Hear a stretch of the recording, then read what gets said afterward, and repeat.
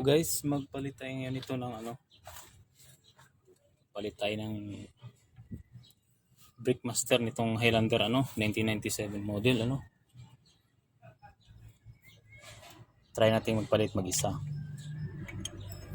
Actually guys, ang mahirap dito yung mag-bleed lang yung pagbi-bleed na ang mahirap dito. Pero ngayon, ano natin gagawin? Tanggalin muna natin tong fluid dito para pag baklas natin mamaya hindi siya magtagas-tagas dito sa kung saan-saan Ayan. Kasi ang fluid nito ay nagkukos ng kalawang sa bakal Kaya ingatan natin na huwag kung saan. Hindi na natin maubos. Ayan, natin uli.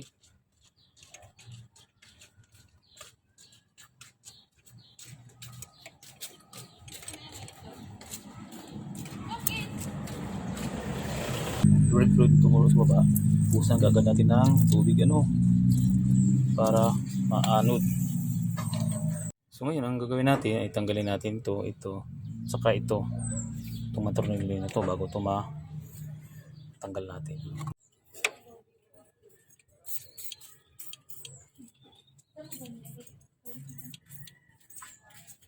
Number 10 pa rin ang nito. Kung nakikita nyo ang sukat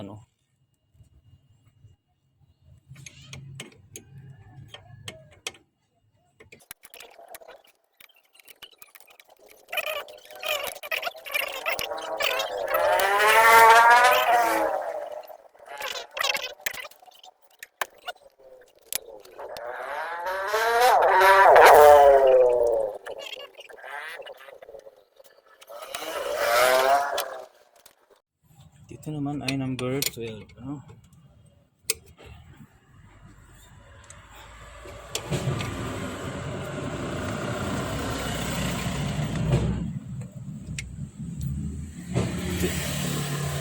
Actually guys, itong binaklas natin stock, kumbaga original niya ng Isuzu Highlander Ang ipapalit ko dito ay replacement lang replacement pero Japan din siya.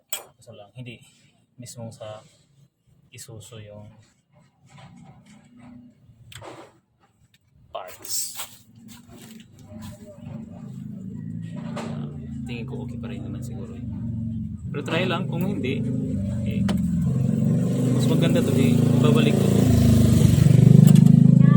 guys. Nakikita nyo sobrang dumi na ayan, sobrang dumi na ayan,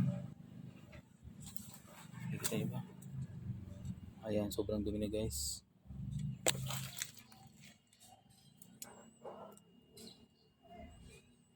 Kaya isa din yan na ayan, sobrang dumi na. So isa din yan na kung papasok doon sa mismong sistema ng mga tubo ng ating preno ay magiging barado na rin yun at siyempre hihina na yung pressure doon at hihina ang preno natin. Ayan, at saka yung nasa natin hydrovac tingnan nyo ayan, kaya lilinisin muna natin yan, punasan natin maigi bago natin ikabit yung bago.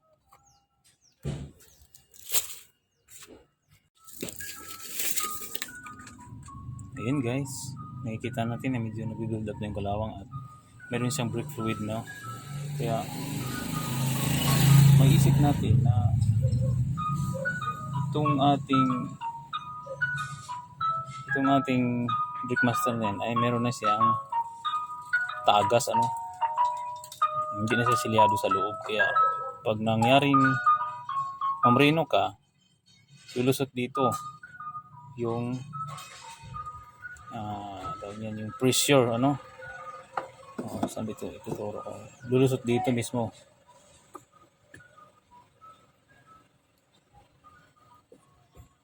yan, lulusot dito yung pressure dito pag tinulak yan at natulak na yan ng hindi ko alam kung anong tawag noon. Pag preno mo, siyempre pag preno mo tutulak yun sa loob. Mangyari kasi yan pag tulak niyan, pag preno mo, tutulak yan sa loob, kaya magkaroon ng pressure, kaya yung pressure papunta doon sa mga hose natin dito. Kaya itutulak yung mga brake natin doon sa pinakang loob o sa pinakang gulong, kaya hihinto yung sasakyan. Ano?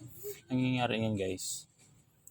Pag nagpreno kayo, pag natulak na ito, lulusot dito yung fluid, ano, may mga kukunti na lululusot, kaya na-stuck up dito.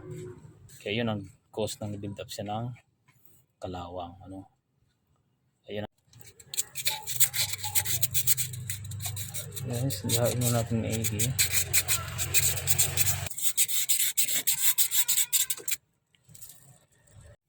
So ayan na guys, nakaskas na natin, kahit paano pwede na natin yung bugahan ng primer, ano. Ayan, ilagay natin primer at tuyo na yan. Lalagyan na natin ng yung kulay itim, ano, na pintura.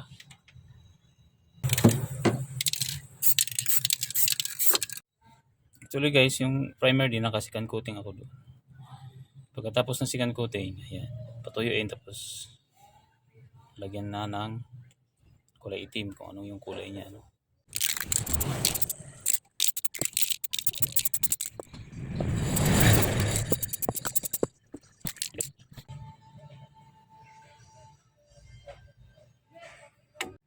So ayan guys, tuyo na. Ayan. Ayan, wala na. Tuyo na, ano. Ngayon, ikakabit na natin ang ating bagong brake master. Ito yung tatak ng original na brake master ng Highlander, ano, model 1997. Ayan. At ito naman yung replacement na binili ko, ano. Yan ang tatak niya guys. So, Advix.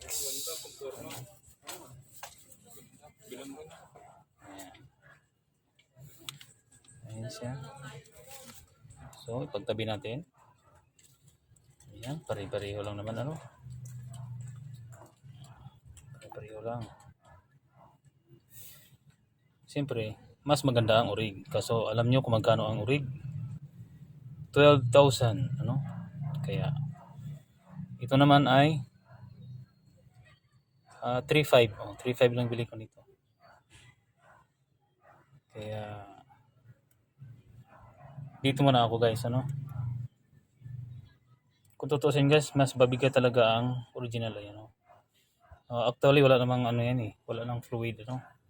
Itong replacement, hindi ganong kabigatan, ano. Ayan.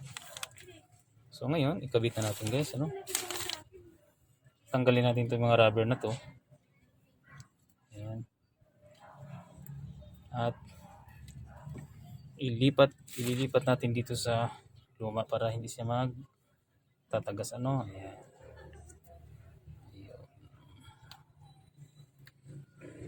So ngayon, ikakabit na natin. Intact lahat ang oils na yan guys. Ito. Kaya napakaganda, no. Pero naisip ko bago ko ikabit, lagyan ko muna ng grasa dito, ano, para kahit gaano katagal magkaroon siya ng lubrication pa rin kahit matagal na siyang gagamitin, ano. Kasi itong meron naman actually ditong langis. Ayan. Kaso lang oil lang to eh. Sa katagalang gamit mawawala din 'yon. Kaya lagyan natin ng grasa. Yung grasa natin guys, ayan. Synthetic na, ano. Ayan, lagyan natin dyan. Saka dyan. Ayan. Para magkaroon lang siya ng lubrication, ano. Pati itong loob. Ayan. At pati na rin itong ano niya dito. Ito.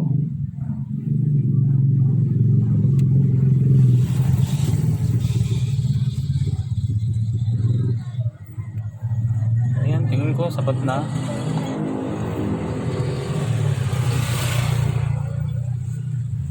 Kapitin natin ang ating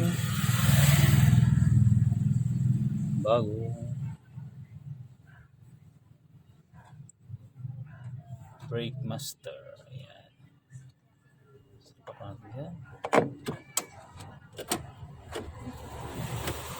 Ayan. Kasyang-kasya naman. Yan guys, yan naman siya.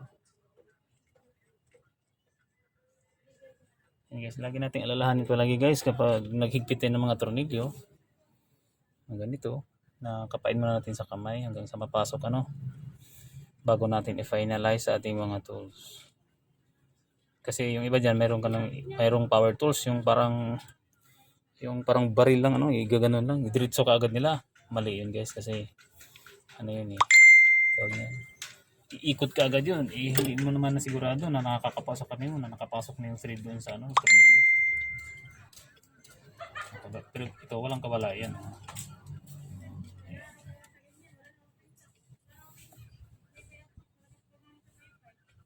Ayan.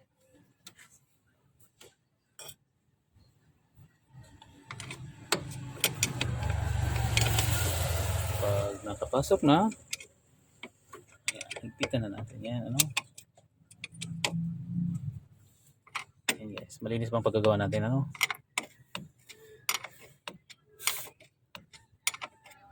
Bala ko sana ipinapagawa ko to sa labas. Mabuti nila ako na lang gumawa. Kasi ang bayad din kasi doon 800 ako na lang at least kahit paano parang pinasahuran ko na rin yung sarili ko kung mag-arawan ka ng mekaniko ngayon, dapat din naman isang araw mo 800.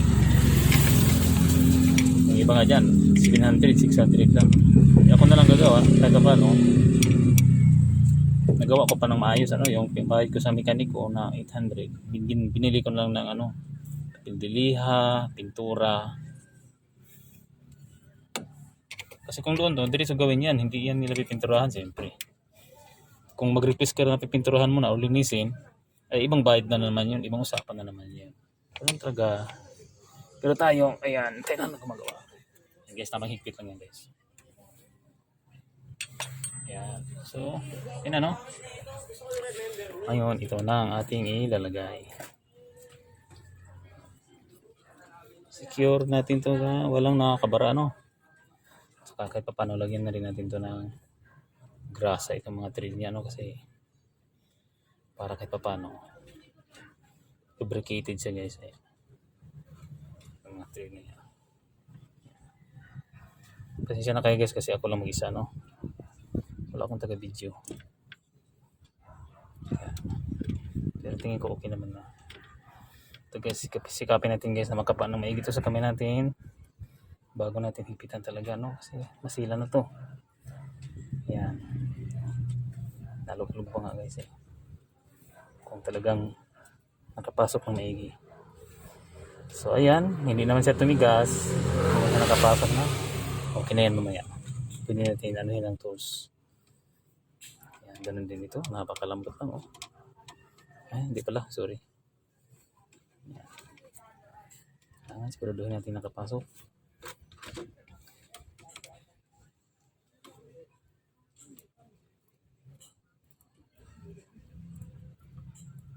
Kung ayaw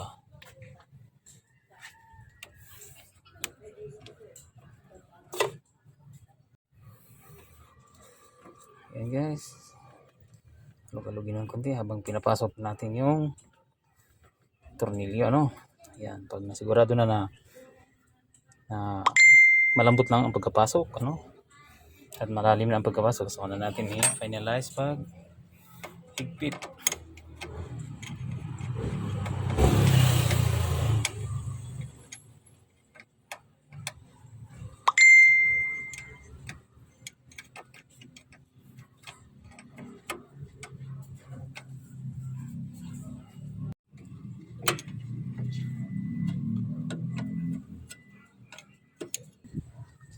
Hindi nyo mamalayan, magdikit yan sila. Hindi pwede magdikit yan guys kasi pag nag-vibrate na yung makina o yung buong katawan ng sasakyan natin, magkakaskasan yan sila sa vibration. Kailangan may distansya yan. Huwag natin hayaang mag-dikit.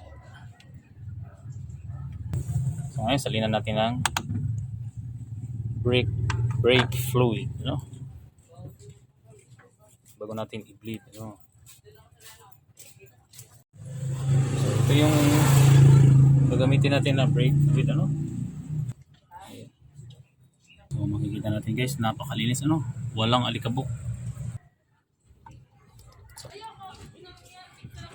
ito yung pinakang max niya, no?